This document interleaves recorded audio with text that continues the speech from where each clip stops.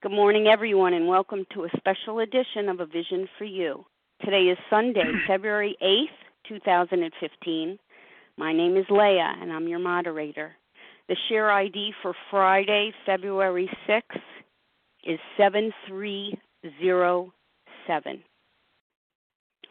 This morning, A Vision for You presents Bill's story. Chapter 1 of the Big Book is devoted to Bill W.'s story, essentially a 12-step call.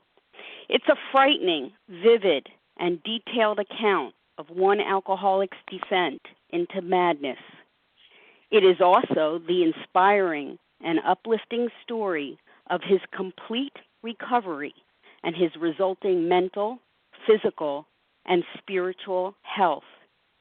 It is this humbling of Bill in the presence of powerlessness, this whittling down of his puffed ego, this forced confrontation with his essential finiteness, which ultimately allows Bill to embrace a spiritual remedy to his alcohol problem.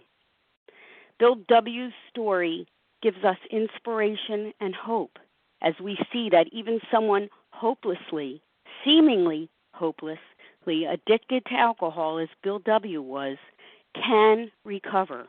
And if he can, so can anyone. Here to present Bill's story in further detail is Harlan. Harlan is a recovered compulsive overeater, originally from Chicago, who currently resides in sunny Scottsdale, Arizona. Harlan is a loyal servant of Overeaters Anonymous who is dedicated to teaching and living the program of recovery as outlined in the Big Book. And we welcome you, Harlan, this morning. Thank you very much, Leah. I'm very, very honored to be here, very happy to be here. This morning we're going to talk about Chapter 1 in the Big Book. We're going to talk about Bill's story.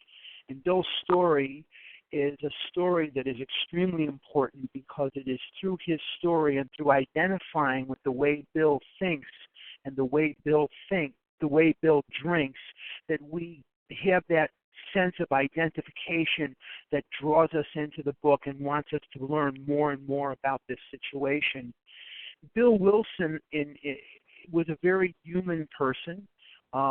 He was 43 years old with 3.5 years of sobriety when the Big Book was written. The Big Book was written in 37 and 38, was published in April of 39.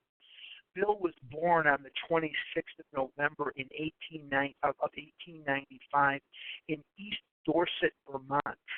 And East Dorset, Vermont is a very small town in Vermont, and there's a lot of mining there. There's a lot of forestry there. There's a lot of marble granite mining that goes on there. Many of our nation's monuments are adorned with cornerstones that come where the limestone, the marble come from East Dorset, Vermont.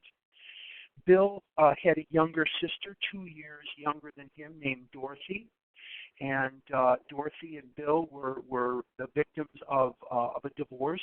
Emily and Gilman Wilson were their parents, and Gilman Wilson was an alcoholic, as was Gilman's father before him. Gilman's alcoholism forced the family into divorce in 1906, and Emily, Bill's mother, went to Boston to become one of the first female osteopathic physicians in the nation. Gilman went out to Western Canada to work in the mines that were out there, which was familiar to him from his life in Vermont. And Dorothy and Bill Wilson were raised by their maternal grandparents, Fayette and Emily Griffith. Excuse me. And Fayette and Emily Griffith raised Bill.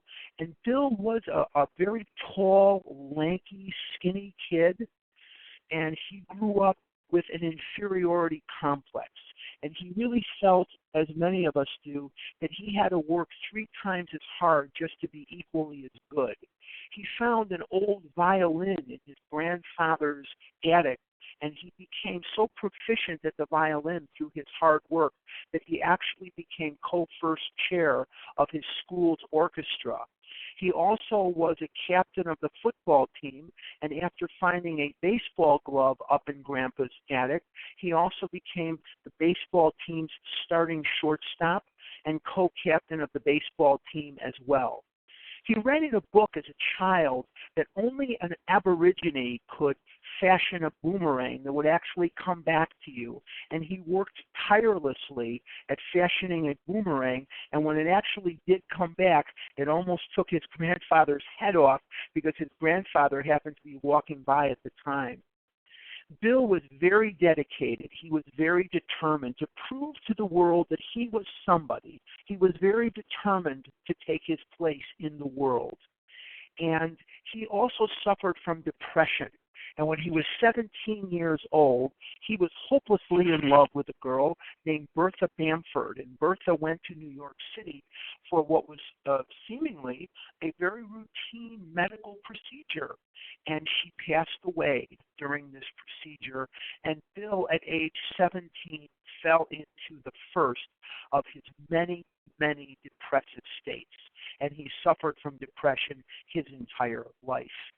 If we look at Bill's story, it begins on page 1, and we read, "War fever ran high in the New England town to which we new young officers from Plattsburgh in upstate New York, were assigned, and we were flattered when the first citizens took us to their homes, making us feel heroic.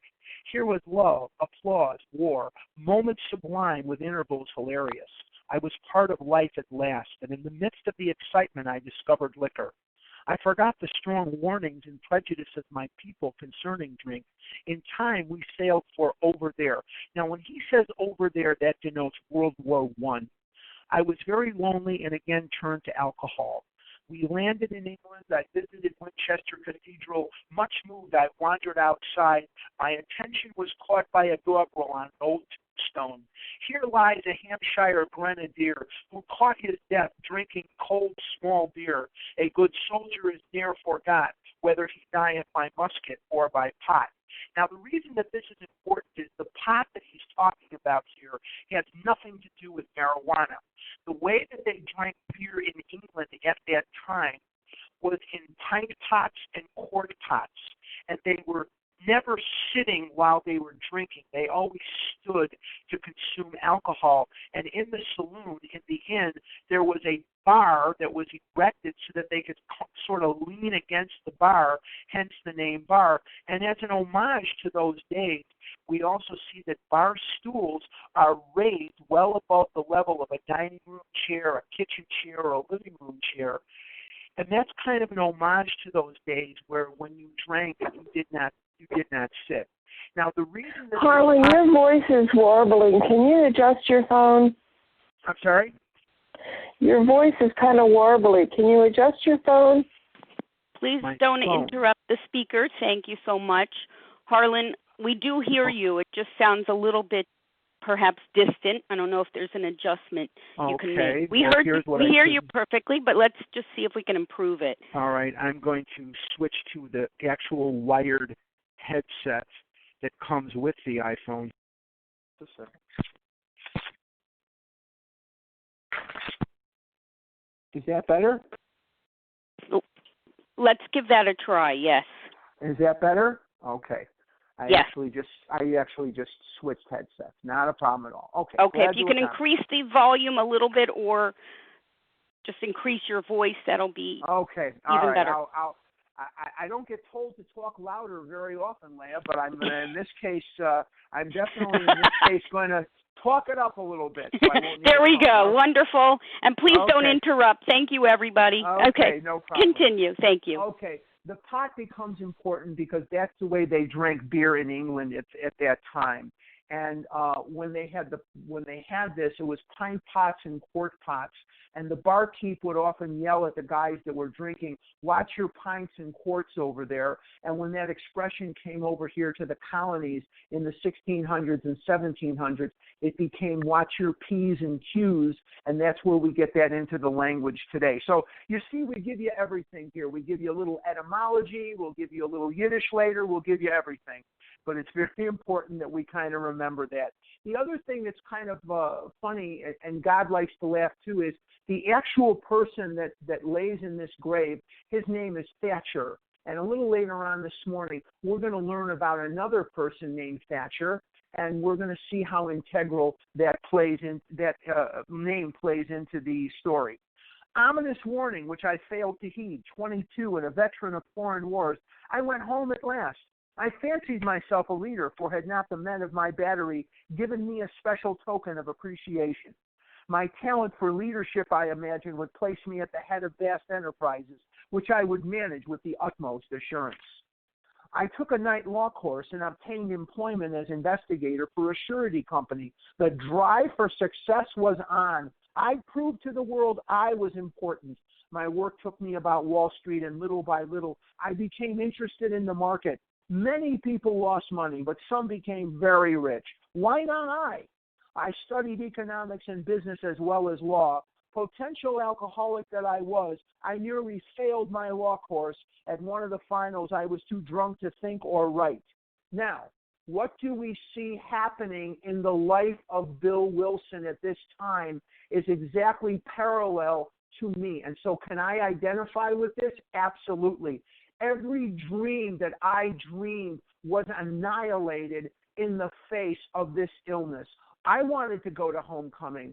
I wanted to go to the dance. I wanted to talk to the girl. I wanted to look good. I wanted to be good at sports. I wanted to be a person that looked like the other kids. I wanted to be a person that could do the things that the other kids could do physically. And every dream that I dreamed of looking good and career and advancement was annihilated. It went up in smoke because of this illness. And can I relate to this? Absolutely. Now, it goes on to say here, though my drinking was not yet continuous, it disturbed my wife. We had long talks when I would still her forebodings by telling her that men of genius conceive their best projects when drunk, that the most majestic constructions of philosophic thought were so derived. What do we see here that is the first victim of alcoholism? What do we see here as the first victim of compulsive overeating or any addictive behavior is the truth. The very first thing to go out the window when this illness is practiced is the truth, honesty. It goes right out the window, and he's lying to Lois. Excuse me. He's lying to himself. He wants to stop drinking, but he can't, and he has no other explanation for it, so he begins to lie. By the time I had completed the course, I knew the law was not for me. The inviting maelstrom of Wall Street had me in its grip. Business and financial leaders were my heroes. Out of this alloy of drink and speculation, I commenced to forge the weapon that one day would turn in its flight like a boomerang and all but cut me to ribbons. Living modestly, my wife and I saved $1,000. Now, before we move another step, let's take a look at this $1,000 thing, because many of you that are listening to this on the line are thinking to yourself, $1,000, that's not a big deal. Well, if you go back and examine prices and incomes during the 1920s, the early 20s, we find that $1,000 is a lot of money, and that indicates he's doing very well. You could buy a brand new car at this time for about $500. I don't know about anywhere else, but I know that in Chicago at this time, you could buy a brand new house, not a house in a schlock area, a house in a nice area, for about $1,500, $1,800. So let's not lose sight of the fact that if you could save $1,000 in the 1920s, you were doing very well. It went into certain securities, then cheap and rather unpopular. I rightly imagined that they would someday have a great rise. I failed to persuade my broker friends to send me out looking over factories and managements, but my wife and I decided to go anyway. I had developed a theory that most people lost money in stocks through ignorance of markets. I discovered many more reasons later on. You had a situation in the 1920s, the 20s and the 50s, were the greatest boom periods of our economy in the history of our country. And you have in the 1920s a situation where literally if you took a chimpanzee and you said to the chimp, throw a dart at the board, and the chimp hit a stock, you could take that stock and invest in it on about a 10% margin, and you'd probably make money. But Bill Wilson, he saw that this was not going to last. And he went to the people that were on Wall Street, and he said, look, we need more information. And they poo-pooed it. They said, we really don't. We're doing just fine. Now, remember that Bill was not really a stockbroker. What he was a New York City stock speculator, and he made his living selling his opinion on where these stocks would go to investors, and they would cut him in on the profit. So he was cunning, baffling, and powerful too. So he and Lois, they get this idea that Wall Street did need this information. Let's see where he goes from there. Bottom of 2. We gave up our positions, and off we roared on a motorcycle, the sidecar stuffed with tent blankets, a change of clothes, and 3 huge volumes of a financial reference service. Our friends thought a lunacy commission should be appointed. Perhaps they were right. I had some success at speculation. Excuse me. So we had a little money, but we once worked on a farm for a month to avoid drawing on our small capital. That was the last honest manual labor on my part for many a day. We covered the whole eastern United States in a year. At the end of it, my reports to Wall Street procured me a position there and the use of a large expense account. The exercise of an option brought in more money, leaving us with a profit of several $1,000s for that year, and we've talked about that. Now, let's see where he goes from here, because he's about to go up and down very quickly. For the next few years, fortune threw money and applause my way. I had arrived. Here's the kid from East Dorset, Vermont, the tall, skinny, lanky kid with depression, never had anything in his life. He's one of the princes of Wall Street. The information he gave them made him a very, very well-respected person. He's going good. Everything is good. He had arrived. My judgment and ideas were followed by many to the tune of paper millions. Now, can you just imagine, if you're listening to this, that whatever it is you do, whether you're a housewife, whether you're a doctor, whether you're a secretary or a streetcar conductor, it doesn't matter. Could you just imagine that because of his opinion, people were investing millions, not just a few people? It says, my ideas were followed by many to the tune of paper millions. Could you just imagine what that would do for your ego or my ego? My Lord. The great boom of the late 20s was seething and swelling. Drink was taking an important and exhilarating part in my life. There was loud talk in the jazz places uptown. Everyone spent in thousands and chattered in millions. Scoffers could scoff and be damned. I made a host of fair-weather friends. People want to be close to him. They want to be around him. They're hoping that some of what he has will rub off on them. Now, my drinking assumed more serious proportions, continuing all day and almost every night. So he's getting drunk quite a bit now, because as we're going to find out in our program, that it isn't just anger or fear or jealousy or guilt or shame or remorse, but it's the buildup of any emotions that are going to make the brain tell you to drink, or in our case, tell you to eat, because food is never the problem. Now, I love doing retreats, and I love traveling the country doing them, and I love saying that line right there. Food to a compulsive overeater is never the problem. Food is the answer to the problem. And in Bill's life, alcohol is the answer to the problem. What is the problem? The problem is the untenable, unbelievable, horse-stunning pain that came about in the life of Bill Wilson when he was not drinking. And success is an emotion. Happiness is an emotion. Fear is an emotion. And when these emotions built up within Bill, his mental twist told him, drink the liquor, because the liquor became the answer to his problem that day. Liquor solved his problem of this emotional buildup of happiness and success. And that's why one of the worst things in the world that can happen in my life as a compulsive overeater is good times. Because I will eat when times are good, and I will eat and when times are bad. And what is good and bad? It's only a perception of my ego, but they are emotions. And this is what's happening to Bill. He's getting drunk day and night. Let's continue, page 3. The remonstrances of my friends terminated in a row, and I became a lone wolf. So he's quarreling with them. They're getting on him. Bill, don't drink so much. Bill, you're getting drunk. Bill, you're making bad judgment. Bill, what's wrong with you? Why can't you stop drinking? A row is a disturbance. The remonstrances are these guys getting on him. And what happens is, in the last sentence of the previous paragraph, he's making a host of fair weather friends. And here he's becoming a lone wolf.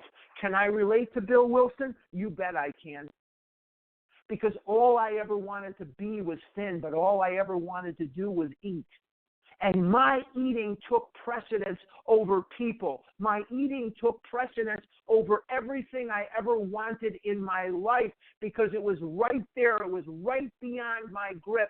But in my grip was the food, and the food solved my problem that day. And he's drinking, and he's becoming a lone wolf. And he's saying to his friends, who needs you? I couldn't care less about you. Get away from me.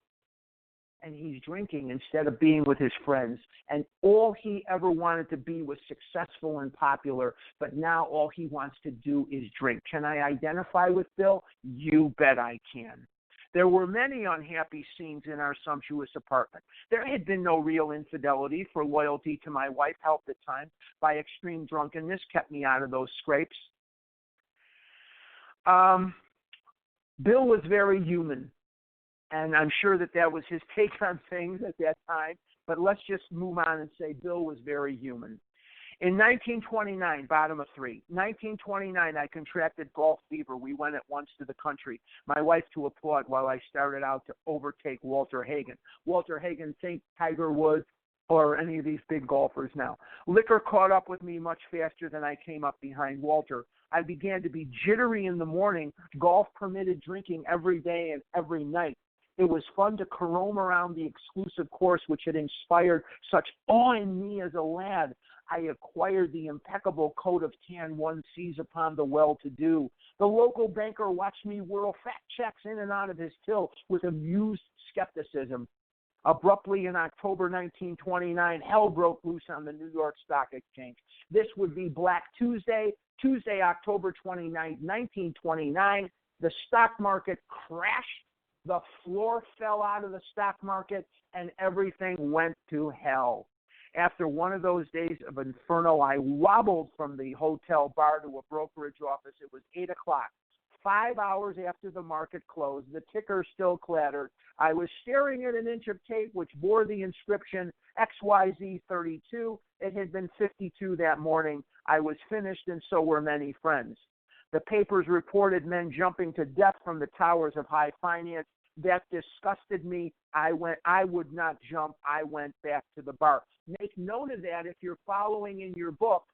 We're going to come back to talking about his disgust at the people that were killing themselves. And why did they kill themselves? Because their God was dead. Their God was the market. Their God was the money. So they were killing themselves because they saw no way out. They saw no way around it. But what did Bill know without knowing it? Because he doesn't know anything about step 1 yet. He knows that liquor will make him feel better. And what he's looking for there is the effect that Dr. Soper talks about in the doctor's opinion. Bill knew without knowing it that liquor would change his perception of reality. That food will instantly change my perception of reality. That food is doing something for me, not to me, for me, that it does not do for the normal temperate eater. That a Kit Kat bar or a piece of chocolate cake will instantly change my perception in an almost psychotic, delusional way. Has anything changed? No. But when you give me those foods, everything I see is different. Everything I feel is different for about 10 seconds. For about 10 seconds, that girl that I have a crush on is certain to be mine. That money that I don't have is certain to be mine, and with no effort on my part, it will just be given to me. Now, that may sound crazy, but that's exactly what goes on in my mind when I'm under the effect of that food, when I have that effect. I would not jump. I went back to the bar. My friends had dropped several million since 10 o'clock. So what? Tomorrow was another day. He's drinking now. As I drank, the old fierce determination to win came back.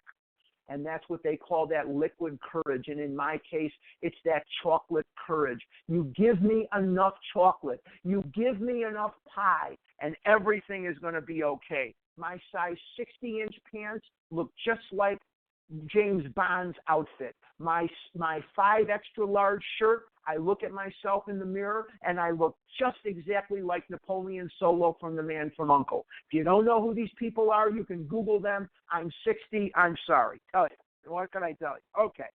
Next morning, I telephoned a friend in Montreal. He had plenty of money left and thought I had better go to Canada. By the following spring, we were living in our accustomed style. I felt like Napoleon returning from Elba. No St. Helena for me, but drinking caught up with me again, and my generous friend had to let me go. This time, we stayed broke. We went to live with my wife's parents. Now, let's stop here for just a second and put into perspective the reality that he's living in. Lois was his wife, and Lois was a Burnham. Lois's father was Dr. Burnham, and Dr. Burnham did not like Bill Wilson at all. Lois suffered from ectopic pregnancies, and Lois was bleeding to death.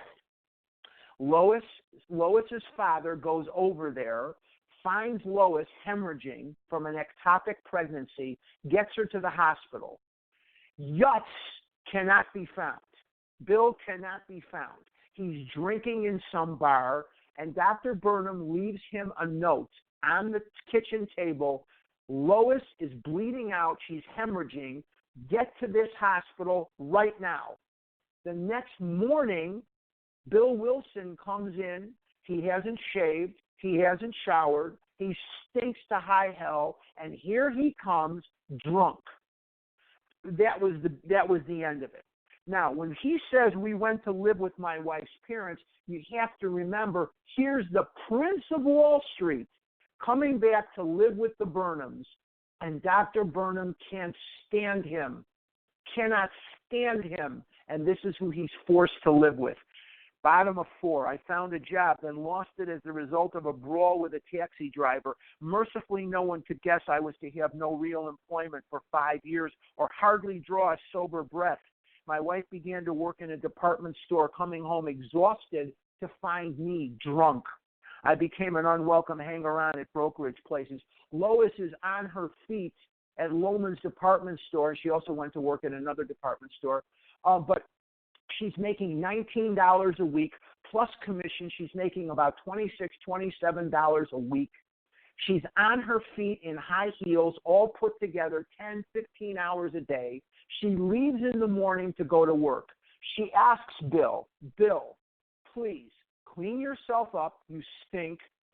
Take the breakfast dishes off the table and put them in the sink. She comes home after the hard day's work that she just put in. He's on the couch, still stinks. Breakfast dishes have not been taken from the table to the sink. So you could just imagine what their domestic life is like at this time. He's living with someone who hates his guts. He and his wife are in alcohol hell. And let's go on to see page 5, top of 5. Liquor ceased to be a luxury. It became a necessity. I could do a retreat. I've always been tempted to do this. I'd like to one day do a retreat just on that sentence. Liquor ceased to be a luxury. It became a necessity. And as I look at my plunge from a kid to a 335 pounds as a senior in high school, and a 500-pound 20-year-old, and a 600-pound 30-year-old, say whatever.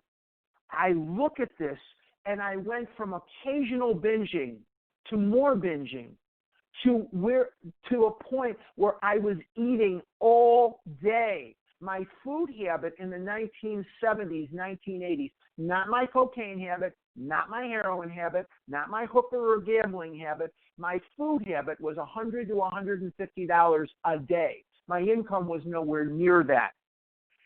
Page 5, bathtub gin, 2 bottles a day, and often 3 got to be routine. So the more he drinks, the more he drinks. The more he drinks, the more he drinks. Sometimes a small deal would net a few $100s, and I would pay my bills at the bars and delicatessens. This went on endlessly, and I began to waken very early in the morning, shaking violently. He's got delirium tremens now. A tumbler full of gin followed by half a dozen bottles of beer would be required. The key word there is required if I were to eat any breakfast. Nevertheless, I still thought I could control the situation, and there were periods of sobriety which renewed my wife's hope.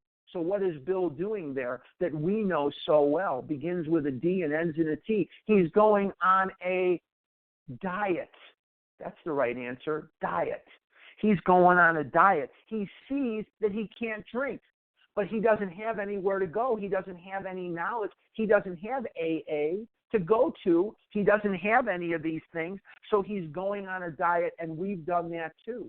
We hunker down on our own unaided willpower, but as we do, what happens over time is these emotions will build and build and build and build, and it will force us back right into the food, because as we just covered, food is never the problem.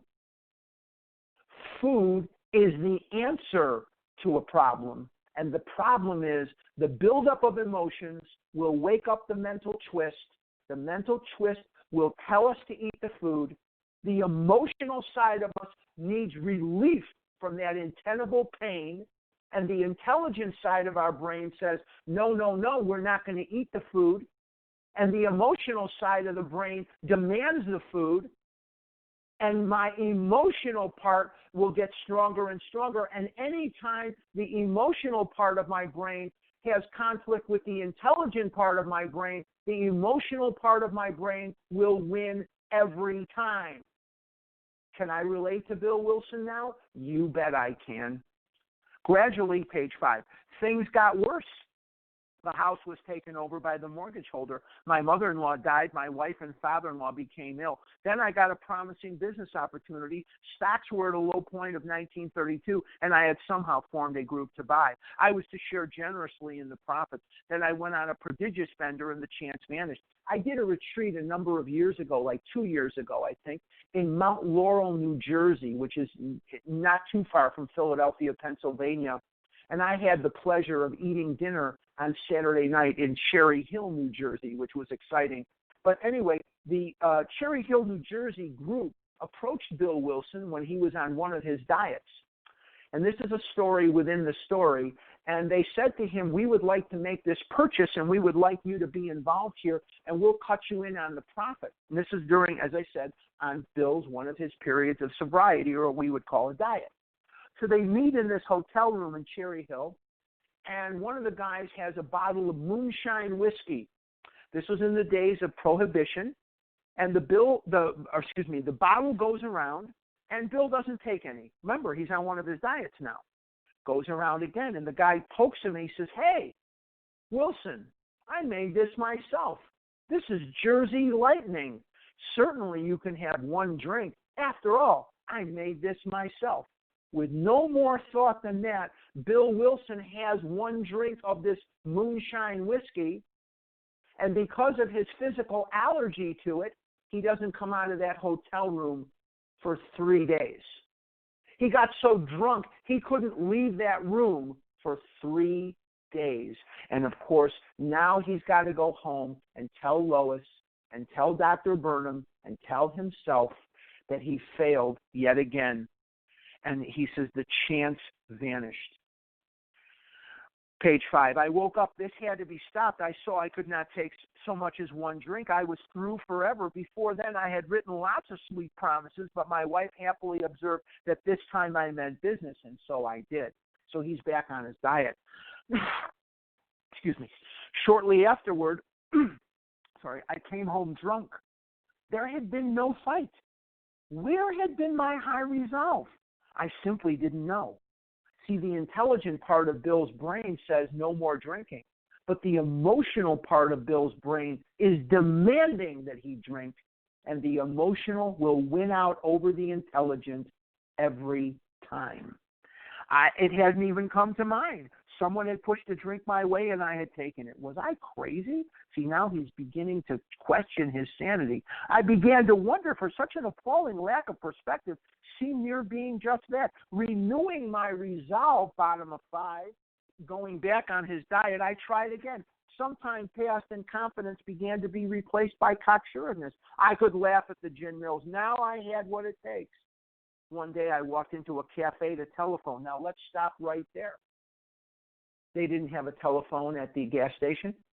They didn't have a telephone at the jewelry store. They didn't have a telephone at the diner. He's got to go in to make a phone call in the cafe where there's liquor. So he could say to himself, I was just in there to make a call and a whiskey just jumped into my mouth. And that may sound crazy, but how many of us have sabotaged ourselves in exactly that way? We engineered our group of friends to meet at a certain restaurant, knowing that we wanted something on the menu at that restaurant. It may not have been the nicest ambiance. It may not have been the best location, but we knew that we wanted to try to manipulate them to going to that restaurant because the portions are bigger, or there was something on the menu that you just had to have, and once you knew you were in that restaurant, you were going to order the one thing that you wanted. One day I walked into a cafe to telephone. In no time I was beating on the bar, asking myself how it happened. As the whiskey rose to my head, I told myself I would manage better next time. But I might as well get good and drunk then, and I did. What forced Bill to take the first drink? The mental twist. What forced Bill to take the 20th drink? The physical allergy.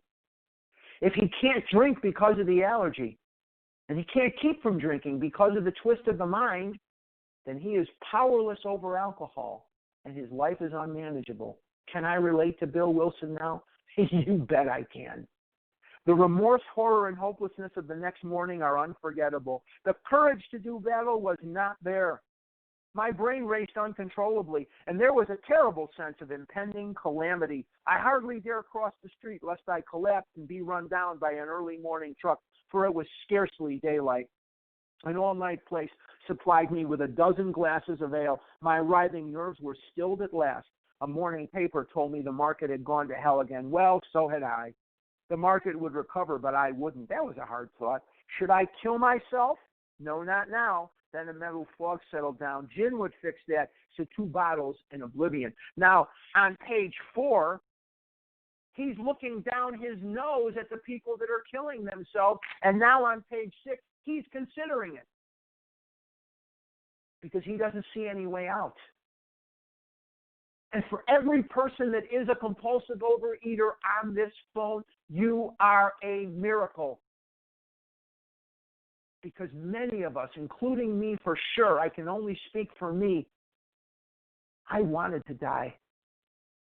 I didn't know how to live in this world, and I didn't want to anymore.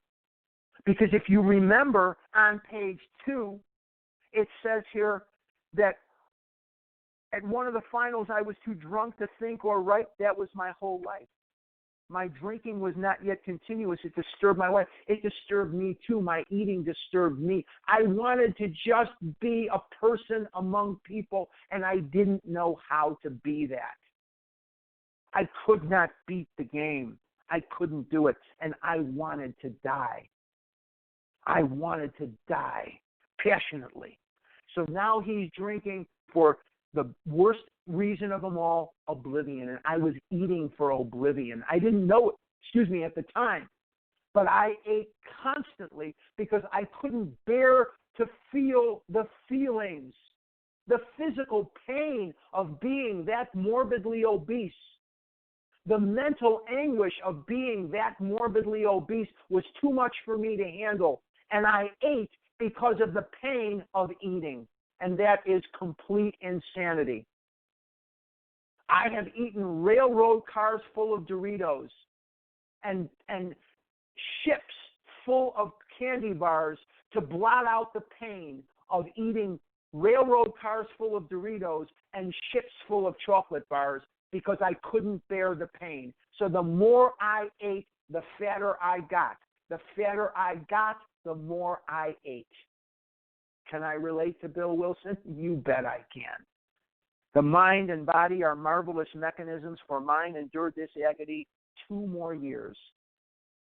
How I lived with the loneliness I felt, and how I lived with the physical pain.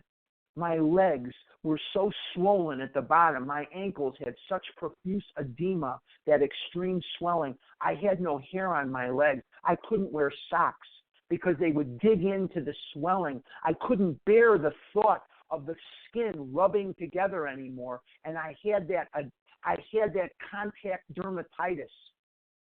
I smelled like a zoo. I wasn't wearing underwear. I had layers of towels shoved between layers of flab to keep the skin from rubbing together, and I couldn't stand the pain anymore. I went on my first date with a girl when I was 35 years old. And inside, I sort of knew I wanted to die because I would never hold a girl's hand. I would never kiss a girl. I would never dance with a girl.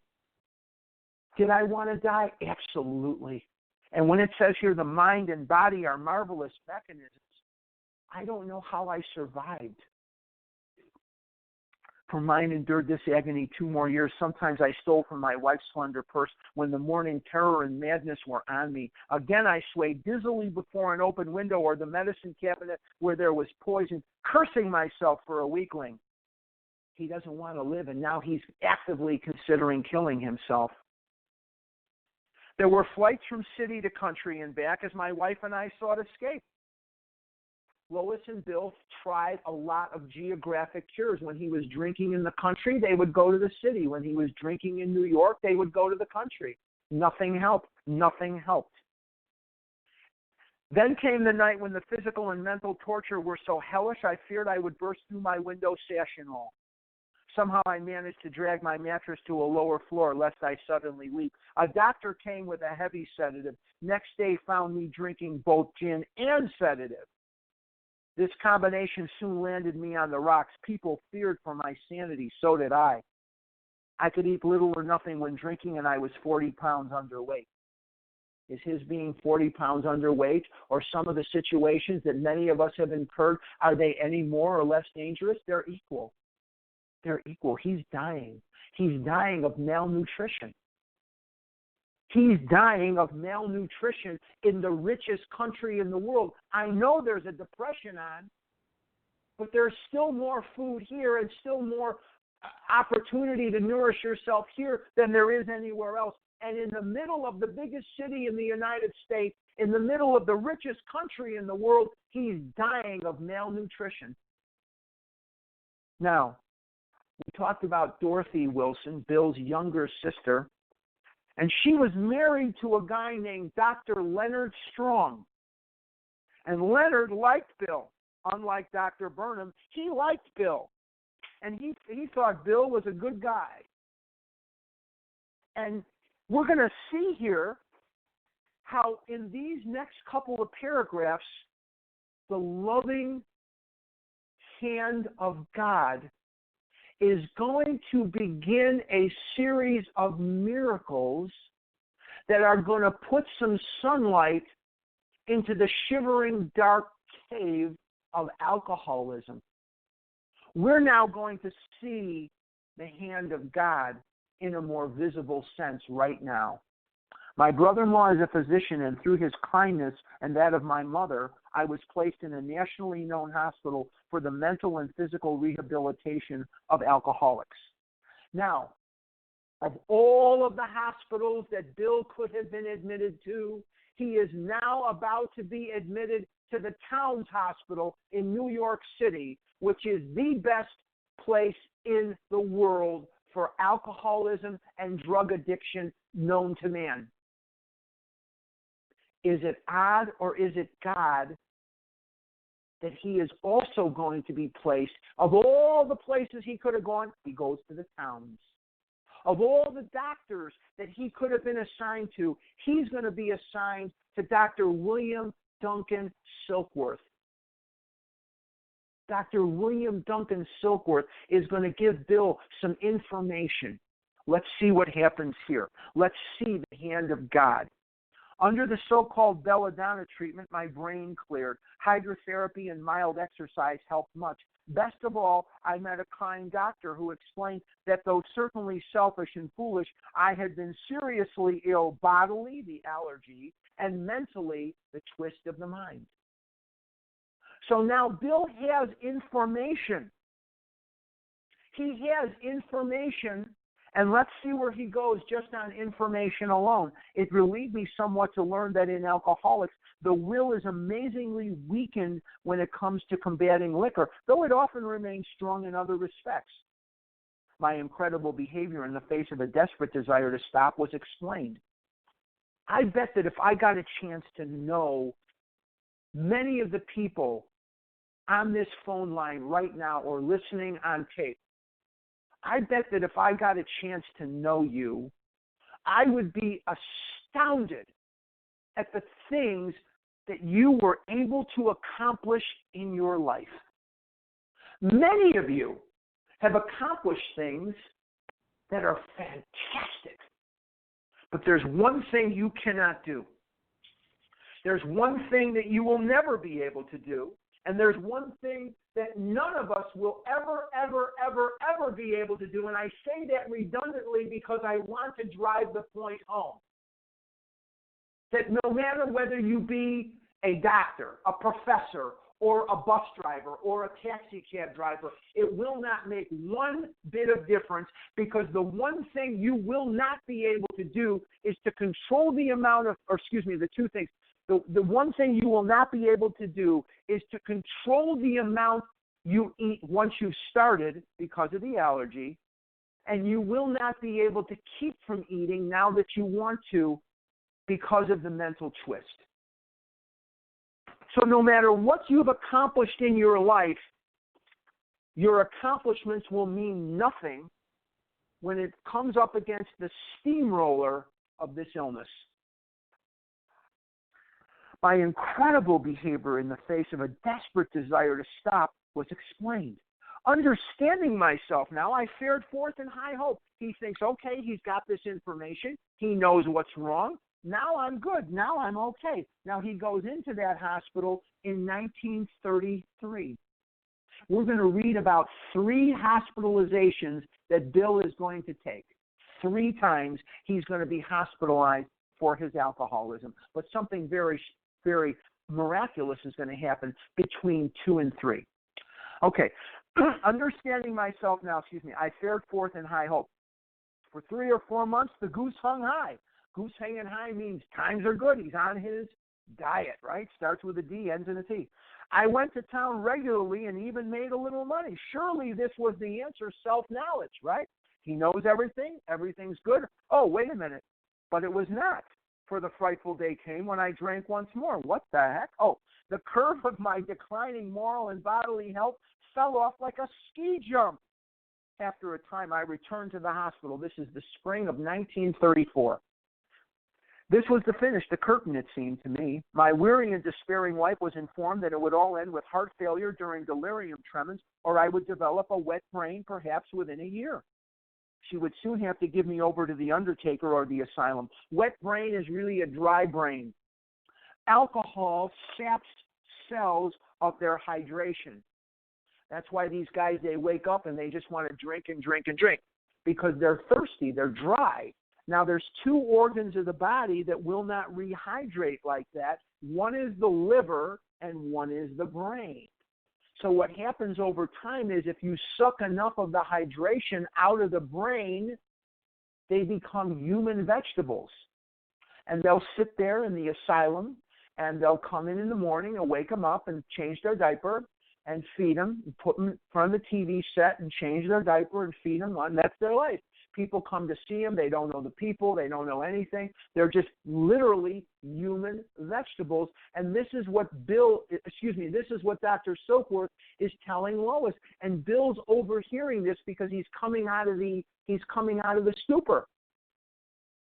And he doesn't know what to make of this. He just wants to die. And Lois loves Bill. Let's not lose sight of the fact that Lois and Bill loved each other very, very much. Now, Dr. Silkworth knows the problem, but he does not know a solution.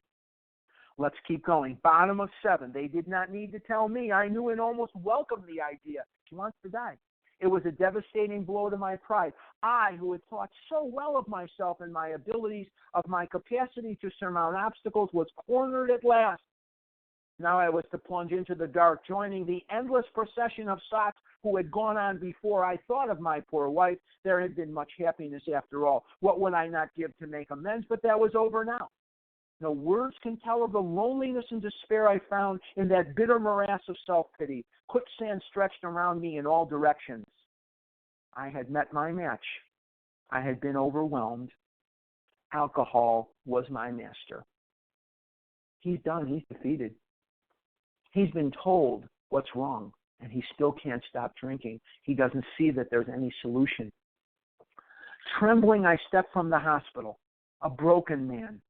Fear sobered me for a bit. He was scared sober for a while. Then came the insidious insanity of that first drink. And on Armistice Day, 1934, that would be November 11th, 1934, I was off again. Everyone became resigned to the certainty that I would have to be shut up somewhere or would stumble along to a miserable end. How dark it is before the dawn. In reality, that was the beginning of my last debauch. I was soon to be catapulted in what I like to call the fourth dimension of existence. Here's some beautiful promises. You don't have to wait for page 83. I was to know happiness, peace, and usefulness in a way of life that is incredibly more wonderful as time passes. Beautiful promises right there. Near the end of that bleak November, I sat drinking in my kitchen. With a certain satisfaction, I reflected there was enough gin concealed about the house to carry me through that night and the next day. My wife was at work. I wondered whether I dared hide a full bottle of gin near the head of our bed. I would need it before daylight. Now, we're going to depart from the actual book here for just a second, so stay with me, because we need to know a little bit about what's going on and how all this is going to play out in our world today. And we're going to go back to Rhode Island. And in Rhode Island, there is a very, very successful family, and they own a company called Burlington Mills. And if you've ever walked on carpeting in your life, you've probably walked on Burlington carpeting. And they're also major stockholders, because carpeting isn't usually made with natural fibers. They are major stockholders in a company that is still traded today on the New York Stock Exchange called Allied Chemical. And these are very wealthy people. And their wayward son, Roland Hazard, is an alcoholic. And the Hazards had a summer home. They lived in Rhode Island, but they had a summer home in a place called Manchester, Vermont. Manchester, Vermont is a very wealthy area right outside East Dorset, Vermont, where Bill Wilson was born and raised. And the Hazards were very wealthy, but their son was a drunk. And Roland even went so far as to having himself sequestered on a Caribbean island. And the person that brought him his supplies was instructed not to bring him any alcoholic beverages whatsoever. And Roland was able to stay sober while on the island. Of course, he gets off the island and he's drunk within the 2 shakes of a lamb's tail.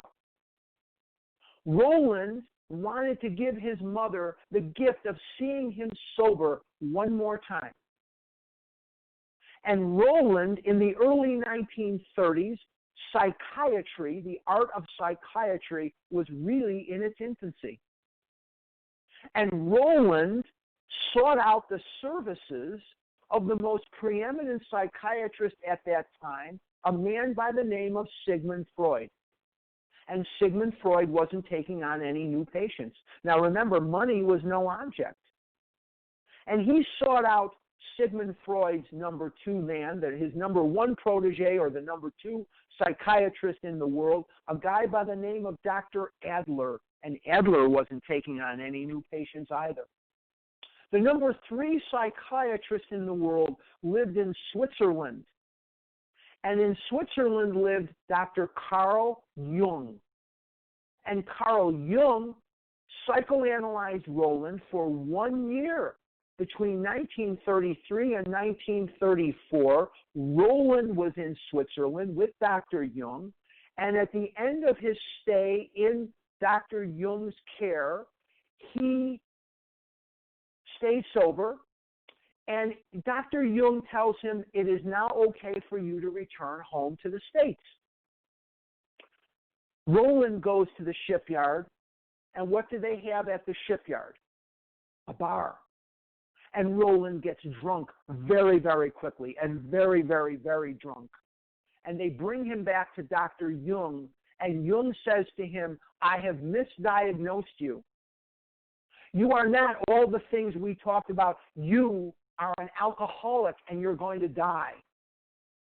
And Roland begs Dr. Jung, please, doctor, please, there must be something. There has to be something. Now, is it odd or is it God that Roland got to Jung? Because Freud and Adler believed that all solutions lie within the mind. But Jung broke rank with them because he believed that here and there were people who experienced a phenomenon of a spiritual experience, not a spiritual awakening. And he called it a phenomenon because he didn't understand it himself, and he didn't know how to bring it about. But he believed in it. And he imparts this information on Roland Hazard. And Roland had always been a good church member, but he was still drinking. And Roland goes back to New York City sober, armed with this information, and he doesn't exactly want to go back to organized church, but he goes to the Cavalry Mission in New York City, where there are people under the tutelage of Sam Shoemaker. Sam Shoemaker would later become a very important part of Bill Wilson's life, but Sam Shoemaker was an Episcopal minister there, and he ran the Oxford Group in New York. The Oxford Groupers were people founded by Frank Buckman of England, and Buckman was a Lutheran minister who believed that Christians were losing their enthusiasm for Christianity. Enthusiasm, there's a good word. It comes from two ancient Greek words, entheos, from God. And Buckman goes to China on a mission. And he sees people they have an enthusiasm for Christ. They have an enthusiasm for their religion through service to other people, through an altruistic lifestyle of serving other people and putting others first. He sees a rekindling of this enthusiasm. And he begins his movement. And since he lived in England near Oxford University, and many of his followers lived there too, they became known as the Oxford Group Movement. And the Episcopalian minister in New York, Sam Shoemaker, is a member of the Oxford Group Movement. And Roland goes in and makes a friend named Seaver Graves Jr. Seaver Graves Jr. and Roland Hazard are both drunks who know nothing of the problem. They don't know about the physical allergy, and they don't know about the mental twist. But they're staying sober by practicing the tenets of the Oxford Group Movement. And they are staying sober, and they are doing so happily. Now let's go to Albany, New York. The mayoral elections are in full swing. And there is a family, as I promised you at the beginning of the chapter, and their name is Thatcher. And their son, Edwin Ebby Thatcher, is a drunk. And they have a home in Manchester, Vermont, right outside East Dorset, Vermont, too. And their son, Ebby Thatcher, is embarrassing the family. He is embarrassing the family because his father was running for re-election and Ebby is a drunk. And they tell Ebby, get your butt over to the house in Manchester, start fixing it up, because whether we win or lose, we're coming out for the summer. And Ebby goes back to Manchester, Vermont to get the summer home fixed up. While he's there, he is painting a wall, and some pigeons land on the wall. So he goes in the house and gets his shotgun out and starts blasting the pigeons. Well, the neighbors don't like that very much, and they call the police. The police bring Ebby in, and they give him a warning.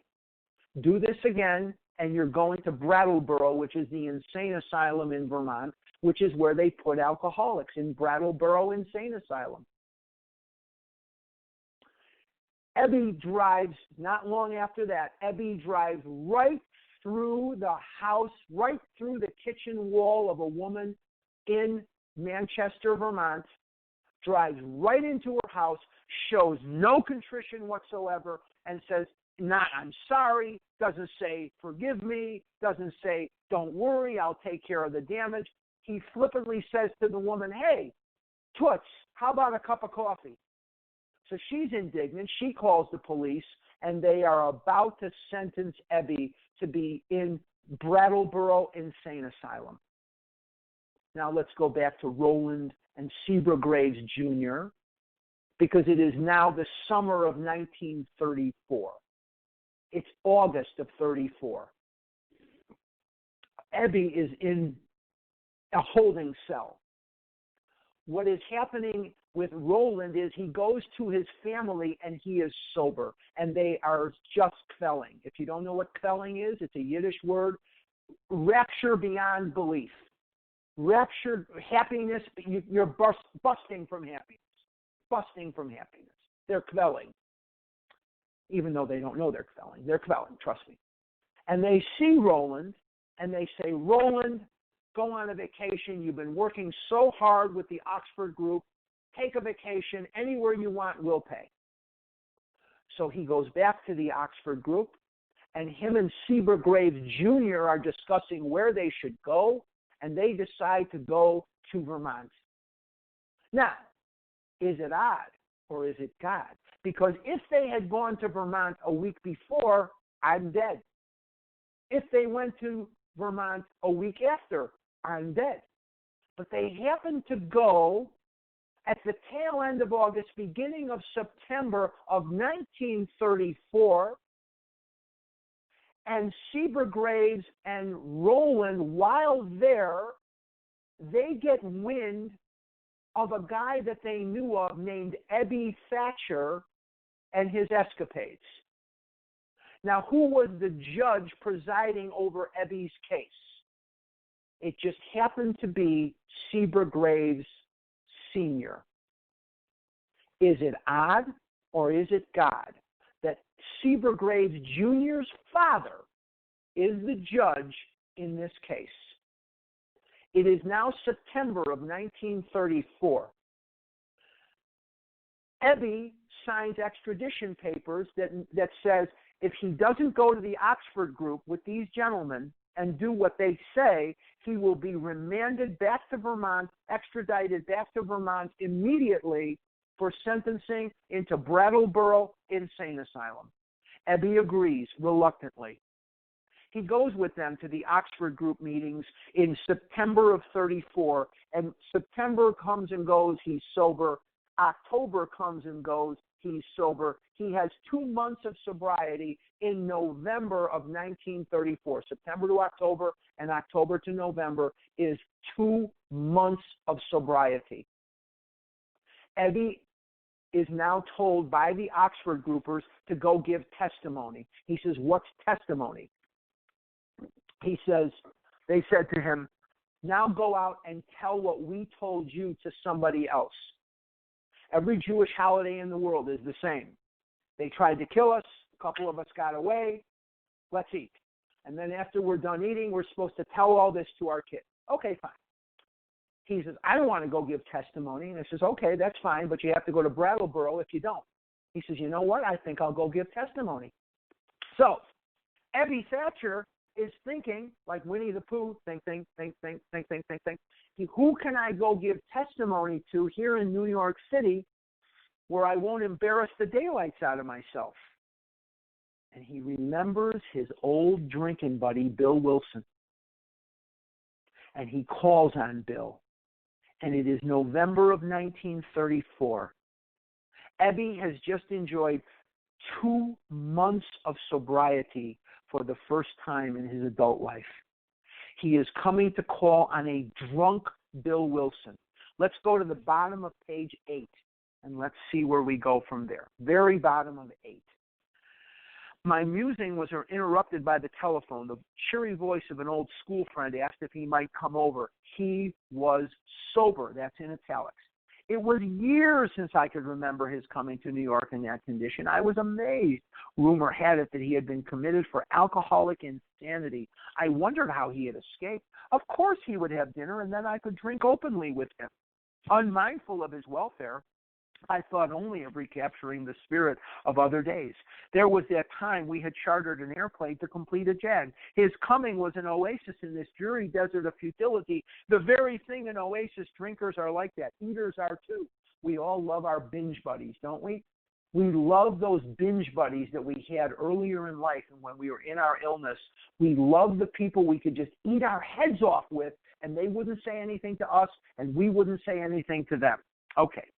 The door opened, and he stood there, fresh-skinned and glowing. There was something about his eyes. He was inexplicably different. What had happened? I pushed a drink across the table. He refused it. Disappointed but curious, I wondered what had gotten into the fellow. He wasn't himself. Come, what's all this about? I queried. He looked straight at me, simply but smilingly. He said, I've got religion. I was aghast, so that was it. Last summer, an alcoholic crackpot. Now I suspected a little cracked about religion. He had that starry-eyed look. Yes, the old boy was on fire, all right, but bless his heart, let him rant. Besides, my gin would last longer than his preaching, but he did no ranting. In a matter-of-fact way, he told how 2 men had appeared in court persuading the judge to suspend his commitment. They had told of a simple religious idea and a practical program of action. That was 2 months ago, and the result was self-evident. It worked. He had come to pass his experience along to me, if I cared to have it. If I cared to have it. Some of you out there may be trying to force-feed this to somebody that needs it, or that you think needs it. If they don't want to do it, this is not a program for people who need it. It's not a program for people who want it. It's a program for people who do it. There's no chapter in this book called Into Needing It or Wanting It. There's a chapter into action. This is an action program, and you have to want to do it. I was shocked but interested. Certainly I was interested. I had to be, for I was hopeless. He talked for hours. Childhood memories rose before me. I could almost hear the sound of the preacher's voice as I sat on still Sundays way over there on the hillside. There was that proper temperance pledge I never signed, my grandfather's good-natured contempt of some church folk and their doing, his insistence that the spheres really had their music, but his denial of the preacher's right to tell him how he must listen, his fearlessness as he spoke of these things just before he died. These recollections welled up from the past. They made me swallow hard. So step 1 is from Silkworth, where he gets the powerless condition of mind and body. The physical allergy and the mental twist are step 1. We are powerless over food, and our life is unmanageable. And now, Bill, through Ebby, is now getting step 2. This is your emanation of step 2. This is where your flashpoint is. Now Bill is being presented something that he has never seen before in his life. He is witnessing in front of his face an actual known alcoholic that is sober. Silkworth was not an alcoholic. So for the very first time in his life, he is seeing Ebby, and Ebby is presenting this spiritual solution to him, and he is resisting us as many of us did. And if there's 2 steps that are the most underutilized steps, it's 2 and 10. And where we see people struggling in 2 is because they are dragging a God from their childhood or from God knows where into their program that never worked for them before, will not work for them now, and they just can't understand why we talk about God. They don't get why we're talking about God, because it is through a spiritual awakening as a result of the steps that the emotional buildup which causes the problem is not, the emotions do not build up to that point when I work the steps. Therefore, the terrible cycle will not be set in motion. If I'm having a spiritual awakening as a result of these steps, I don't want the food because my emotions do not build up to the level where my mental twist demands it. I can have 2 things happen when I want food. I can eat the food and get the effect, or I can work the steps and get the effect. I'm going to trade a moment of pleasure for a lifetime of happiness. I have not compulsively overeaten in 16 years because I don't want to. God makes that possible. And if you have a God in your head that does not make that possible, fire that God for heaven's sakes and get a new God. Let's keep reading because we're pressed for time and I don't want Leah to get mad at me. He talked for hours. Childhood memory. Wait, I think I did that already. Okay, sorry. But his denial of the preacher's right to tell him how he must listen, his fearlessness as he spoke of these things just before he died, these recollections welled up from the past. They made me swallow hard. That wartime day in old Winchester Cathedral came back again.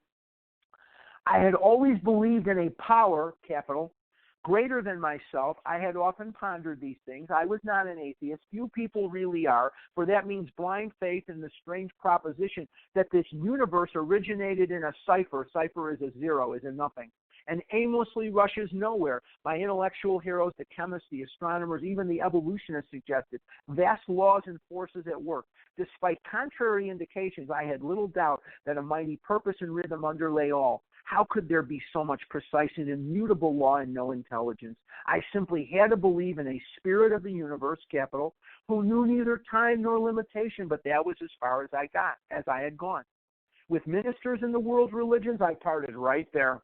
When they talked of a God, personal to me, who was love, superhuman strength, and direction, I became irritated and my mind snapped shut against such a theory.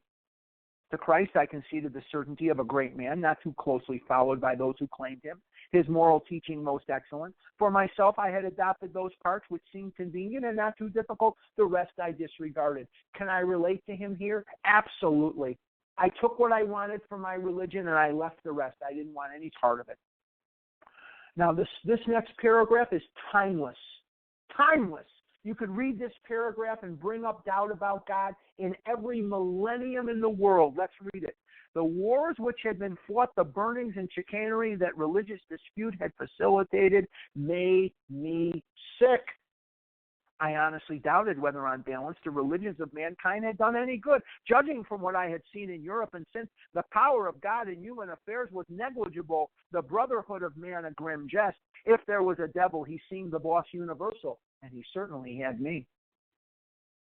But my friend sat before me, and he made the point-blank declaration that God had done for him what he could not do for himself. His human will had failed.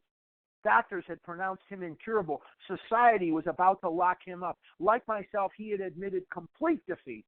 And he had, in effect, been raised from the dead, suddenly taken from the scrap heap to a level of life better than the best he had ever known. More promises. Had this power originated in him? Obviously it had not. There had been no more power in him than there was in me at that minute, and that was none at all. That floored me. I began to look as though religious people were right after all. Here was something at work in a human heart which had done the impossible. My ideas about miracles were drastically revised right then. Never mind the musty past. Here sat a miracle directly across the kitchen table. He shouted great tidings. Now, Ebby did not know what Bill knew about the problem. Ebby had not met Dr. Soapworth. He didn't know about the allergy of the body or the twist of the mind or the effect that we're looking for. He knew none of that. But he was sober and Bill was drunk. And no longer was Bill going to look for the miracles of the past, the splitting of the Red Sea and the oil that burned for 8 days instead of one, or the manna from heaven. He wasn't looking for that. He looked at a man sitting in front of him that he knew to be an alcoholic, and the man was sober. Now, getting put into this scenario, if you could be a fly on the wall, imagine Bill knows the problem, and he's drunk. Ebby doesn't know the problem, and he's sober. So the synthesis of what's happening here, the putting together in Bill's mind is, now he knows the problem, now he knows the solution. Is Bill Wilson the first person in the world that's ever going to get this information? We don't know that. But here's what we can bet our lives on. He's going to be the first person in the history of planet Earth to take this information, put it together, and move it forward so that we could be alive today. Very bottom of 11. I saw that my friend was much more than inwardly reorganized. He was on a different footing. His roots grasped the new soil. Despite the living example of my friend, there remained in me the vestiges of my old prejudice. Bill's not ready to let go yet. The word God still allows a certain antipathy, that's hesitation, shyness. When the thought was expressed that there might be a God personal to me, this feeling was intensified.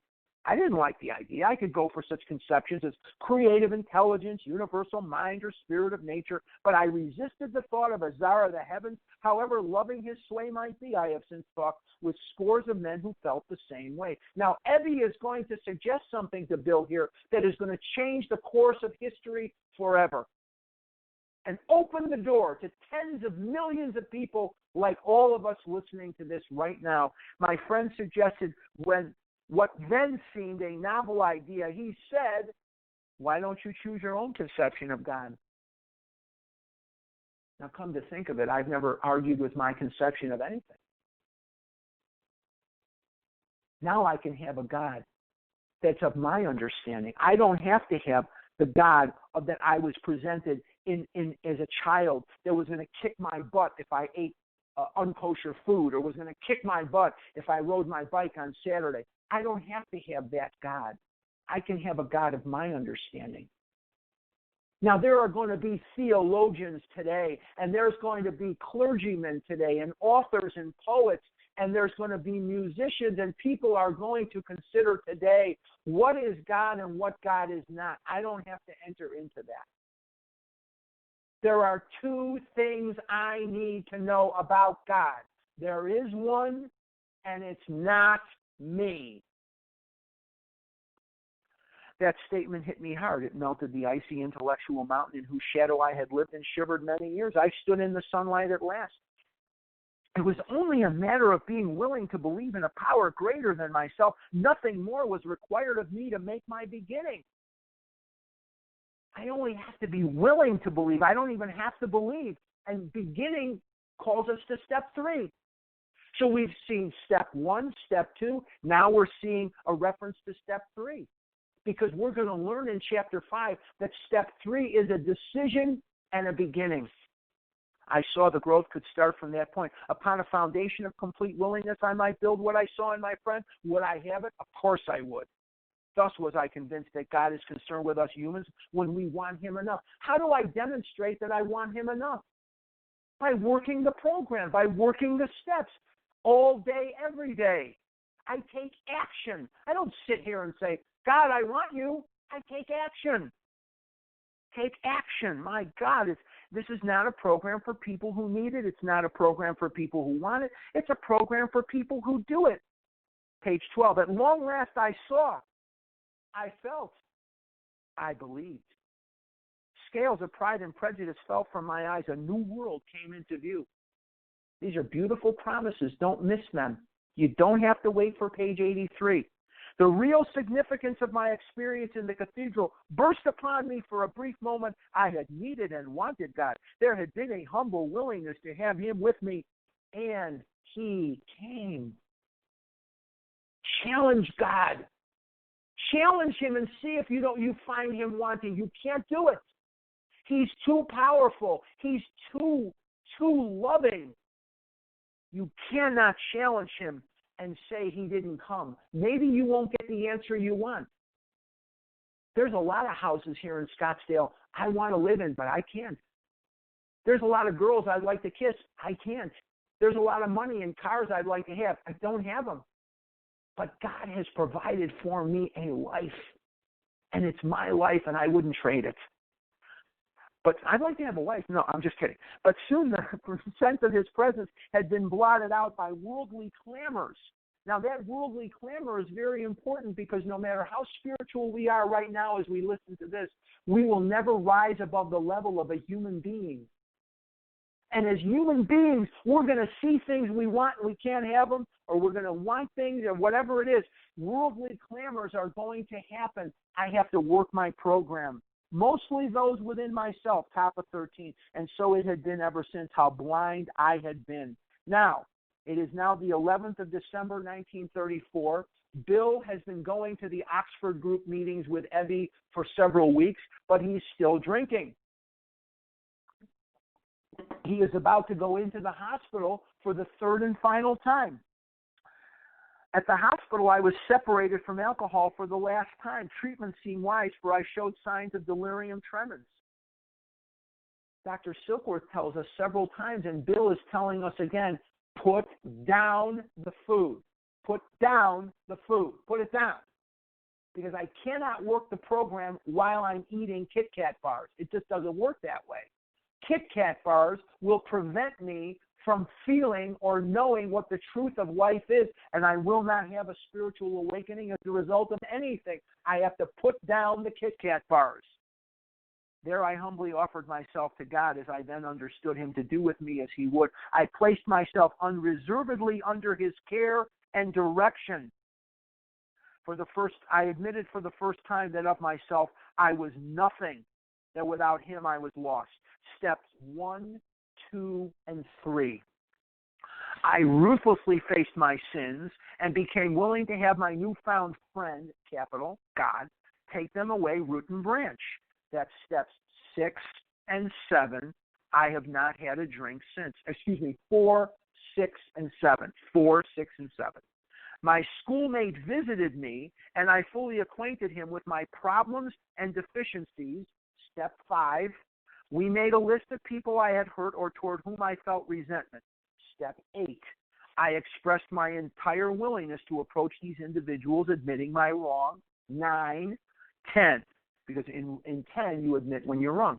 Never was I to be critical of them. I was to write all such matters to the utmost of my ability. He has now taken the first 10 steps in the town's hospital with God and Evie. I was to test my thinking by the new God consciousness within. Common sense would thus become uncommon sense. I was to sit quietly, step 11, prayer and meditation, when in doubt, asking only for direction and strength to meet my problems as he would have me. Never was I to pray for myself, except as my request bore on my usefulness to others. Then only might I expect to receive, but that would be in great measure. He has now taken the first 11 steps. My friend promised, that's Ebby, that when these things were done, I would enter upon a new relationship with my Creator, that I would have the elements of a way of living which answered all my problems.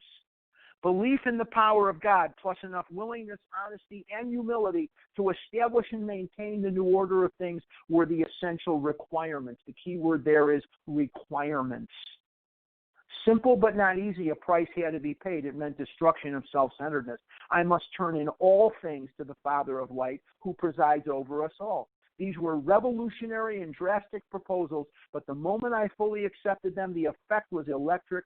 There was a sense of victory followed by such a peace and serenity as I had never known. There was utter confidence. I felt lifted up as though the great clean wind of a mountaintop blew through and through. God comes to most men gradually, but his impact on me was sudden and profound. Bill always said the white light came in and he had a spiritual experience, not an awakening. An awakening is slow to develop, which is what I have.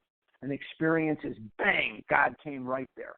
For a moment I was alarmed and called my friend the doctor, this is Silkworth, to ask if I were still sane. He listened in wonder as I talked. Finally, he shook his head, saying, "Something has happened to you. I don't understand, but you had better hang on to it. Anything is better than the way you were." The good doctor now sees many men who've had such experiences. He knows they are real.